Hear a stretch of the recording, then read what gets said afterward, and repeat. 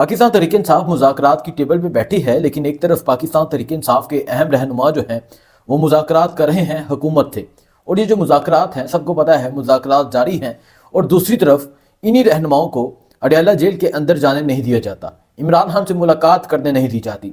मुज़ाकरात में क्या पेशरफ्त हो सकती है, मुज़ाकरात कहाँ तक पहुँचेंगे, और अगर मुज़ाकरात कामयाब नहीं होते तो तहरीक इंसाफ क्या करेगी। पाकिस्तान तहरीक इंसाफ के अहम रहनुमा साहिबजादा हामिद रज़ा साहब ने इस हवाले से बयान दिया है। शेर अफजल मरवत भी इस हवाले से बोले हैं। आइए मैं आपको बताता हूँ उन्होंने क्या कहा है।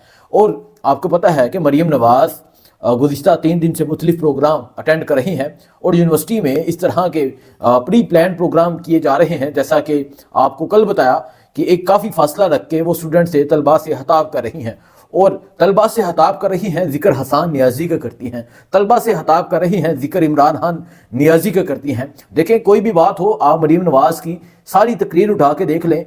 इन्होंने तलबा के हवाले से, स्कॉलरशिप के हवाले से, तलबा की फ्यूचर के हवाले से, जॉब के हवाले से तो कोई बात नहीं करनी। जॉब के हवाले से ये कर ही कैसे सकती हैं, जॉब के हवाले से ये कैसे करेंगी, क्योंकि जो भी रिटायर्ड होते हैं बेरोज़गार वो बैठ जाते हैं अदारों के ऊपर।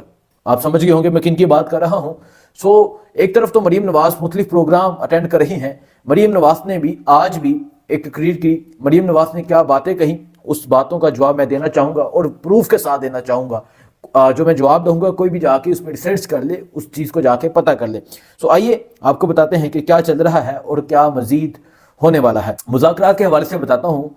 जो ही ये साल आता है तो इमरान खान कहते हैं कि ये हकीकी आज़ादी का साल है 2025। पाकिस्तान तहरीक इंसाफ के जो रहनुमा हैं, पाकिस्तान तहरीक इंसाफ इस जज्बे के साथ, इस यकीन के साथ आगे बढ़ती है कि इस साल में हमें कुछ सुकून नसीब होगा, इस साल में हमारे लिए बेहतरी होगी, इस साल में हमारी हुकूमत आएगी, इस साल में इमरान खान बाहर आएंगे।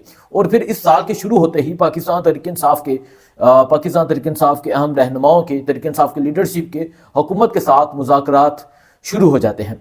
मुज़ाकरात शुरू होते हैं, लेकिन जब मैंने कल भी बताया था कि हुकूमत ये जानती है कि अगर इमरान खान बाहर आ जाएं तो उनके लिए कितने खतरनाक साबित हो सकते हैं। और ये सिर्फ हुकूमत नहीं बल्कि इस्टेब्लिशमेंट भी जानती है कि इमरान खान जेल के अंदर कितने ताकतवर हो चुके हैं और बाहर आकर वो कितने मजीद ताकतवर होंगे। अब इमरान खान को अडयाला जेल में कैद तो कर लिया है, लेकिन इमरान खान को रहा किस तरह करना है इसका एक प्लान दिया जा रहा है, इसकी प्लानिंग की जा रही है। एक तरफ हुकूमत मुज़ाकरात करती है, और मुज़ाकरात जाहिर बात है कि ये इमरान खान की हदायत पे हो रहे हैं, और दूसरी तरफ जिन लोगों से मुज़ाकरात किए जा रहे हैं, देखें मुज़ाकरात की मैं कहूँगा कि इसकी आप मुज़ाकरात का अंदाज़ा इस चीज़ से लगा लें कि मुज़ाकरात की अहमियत क्या है। इस चीज़ से अंदाज़ा लगा लें कि जो लोग मुज़ाकरात कर रहे हैं वो अडयाला जेल के अंदर जाके इमरान खान से मिल नहीं सकते, फिर मुज़ाकरात किस चीज़ के। लेकिन इमरान खान ने इसका जवाब दिया है। देखें, मिसाल है कि अगर हमने कोई पंचायत करनी है, अगर हमने कोई मामले को ख़त्म करना है, तो फिर जाहिर बात है कि जिसका मामला है उससे मिलना है, उससे पूछना है, उसकी राय लेनी है। अब तहरीक इंसाफ इमरान खान के बगैर तो कोई फैसला नहीं कर सकती, और अगर ये फैसला करते हैं तो ये भी ये गलत होगा, क्योंकि जो इमरान खान ने कहना है फैसला तो वही होगा, और तहरीक इंसाफ और आम आवाम वही मानेगी। जैसा कि आपको पता है कि अली अमीन गंडापुर इमरान खान के पास गए थे। अली अमीन गंडापुर ने जाके इमरान खान को बनी गल्ला हाउस अरेस्ट की जो ऑफर अली अमीन को दी गई थी, अली अमीन ने आगे पहुंचाई, लेकिन इमरान खान ने ना कर दी थी। अब जो तहरीक इंसाफ के रहनुमा हैं, एक तरफ तो इमरान खान से मिलने नहीं दिया जा रहा, अडयाला जेल वो जाते हैं, अंदर जाने नहीं दिया जाता, और दूसरी तरफ कभी कभी ऐसा मौका आता है कि सुबह 7 बजे अडयाला जेल का दरवाज़ा खोल दिया जाता है, कभी बैरिस्टर गौहर को रात को ले जाते हैं। देखें, मुज़ाकरात का ये एक जो शोशा है ये कहाँ तक पहुँचता है, आइए मैं आपको बताता हूँ तहरीक इंसाफ के रहनुमा इस हवाले से क्या कहते हैं। तहरीक इंसाफ के अहम रहनुमा है साहिबजादा हामिद रज़ा साहब। साहिबजादा हामिद रज़ा साहब कहते हैं कि अगर अगली मीटिंग के बाद जुडिशल कमीशन ना बनाया गया तो फिर चौथी मीटिंग नहीं होगी। इमरान खान ने भी कहा जो मुज़ाकरात हैं उसकी डेडलाइन जो है वो 31 जनवरी है। इमरान खान के जो मुज़ाकरात हैं कि इमरान खान ने कहा कि 9 मई पे जुडिशल कमीशन बनाया जाए, इसके अलावा जो 26 नवंबर जो गोलियां चलाई गई उस पर जुडिशल कमीशन बनाया जाए। और आज साहिबजादा हामिद रज़ा साहब ये कहते हैं कि अगर जुडिशल कमीशन नहीं बनाया जाता, अगर 9 मई पे 26 नवंबर पे जुडिशल कमीशन नहीं बनाया जाता तो फिर आगे मजीद मुज़ाकरात नहीं होंगे। फिर क्या होगा मैं आपको बताता हूँ। अगर मुज़ाकरात कामयाब नहीं होते, मुज़ाकरात में पेशरफ्त नहीं होती, तहरीक इंसाफ के मुतालबात नहीं माने जाते, क्योंकि इमरान खान ने ये मुतालबा सामने रखा था।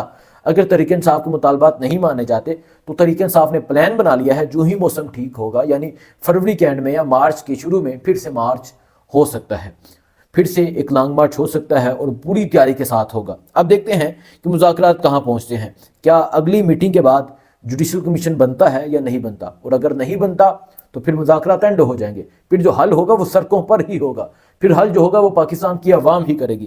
لیکن ابھی تک یہ چیزیں سامنے آ رہی ہیں۔ اسی حوالے سے شیر افضل مروت نے بات کی ہے۔ شیر افضل مروت صاحب کہتے ہیں کہ مذاکرات کے حوالے سے عمران خان نے کہہ دیا ہے کہ اگر یہ مجھ سے ملاقات نہیں کرواتے تو کوئی مسئلہ نہیں، تیسرا یا چوتھا سیشن کر کے دیکھ لیں۔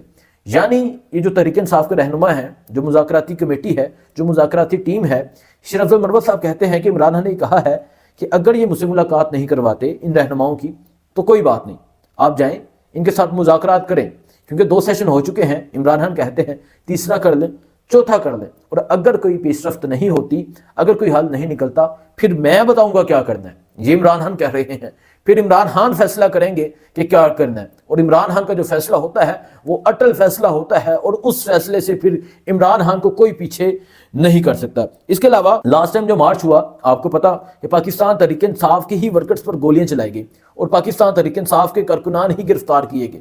ابھی بھی سینکڑوں لوگ جیلوں میں ہیں اور جیلوں میں احتجاج کیا جا رہا ہے۔ جیلوں کے اندر اٹک جیل کی میں بات کروں تو انہوں نے بھوک ہڑتال کر رکھی تھی آج سے 2 دن پہلے۔ بھوک ہڑتال اس وجہ سے کر رکھی تھی، وہاں پراپر انہیں اچھا کھانا نہیں دیا جا رہا تھا، گندا کھانا دیا جا رہا تھا، کھانے کے قابل کھانا جو انسان کھا نہیں سکتا وہ کھانا دیا جا رہا تھا۔ تو وہاں جو موجود کارکنان ہیں انہوں نے بھوک ہڑتال کی ہوئی تھی، مطلب وہ 26 نومبر کی کارکنان ابھی تک گرفتار ہیں اور ابھی تک وہ جیل کی صحبتیں مصیبتیں برداشت کر رہے ہیں اور ایک ہی پیغام دے رہے ہیں۔ کل جب جوڈیشل کمپلیکس میں پیش کیا گیا تو انہوں نے کہا کہ ہماری رہائی کی کوئی بات نہیں، عمران خان رہا ہونے چاہیے۔ یہ تحریک انصاف کے کارکنان کا جذبہ ہے، یہ تحریک انصاف کے کارکنان کا جنون ہے۔ اب میں آپ کو بتاتا ہوں مریم نواز کے حوالے سے۔ ایک تو آپ نے کل دیکھا ہوگا سرگودا یونیورسٹی میں جس طرح مریم نواز گئیں، جس طرح مطلب ایک کافی فاصلہ رکھ کے طلبہ سے خطاب کیا، طلبہ سے جو باتیں کہیں وہ آپ نے سن لی ہوں گی، لیکن آپ کو وہ عمران خان کا کالج یونیورسٹی میں جانا یاد ہوگا جب طلبہ ایسے چھتوں کے اوپر چڑھے ہوئے تھے اور عمران خان کا استقبال عمران خان زندہ باد کے نعروں سے کیا گیا تھا۔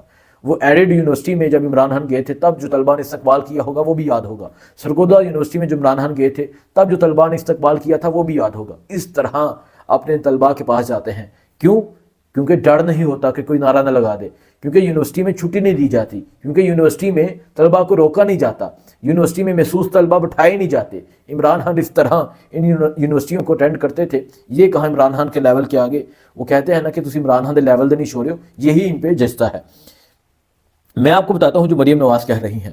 مریم نواز کہتی ہیں کہ میں نواز شریف کی بیٹی ہوں، ان کی طرح مطلب یہ عمران خان کو ٹیگ کر رہی ہیں، ان کی طرح پہلے جا کر منصوبوں کا افتتاح نہیں کرتی، لوگوں کو جب صبر ملنا شروع ہوتا ہے اس کے بعد افتتاح کے لیے آتی ہوں۔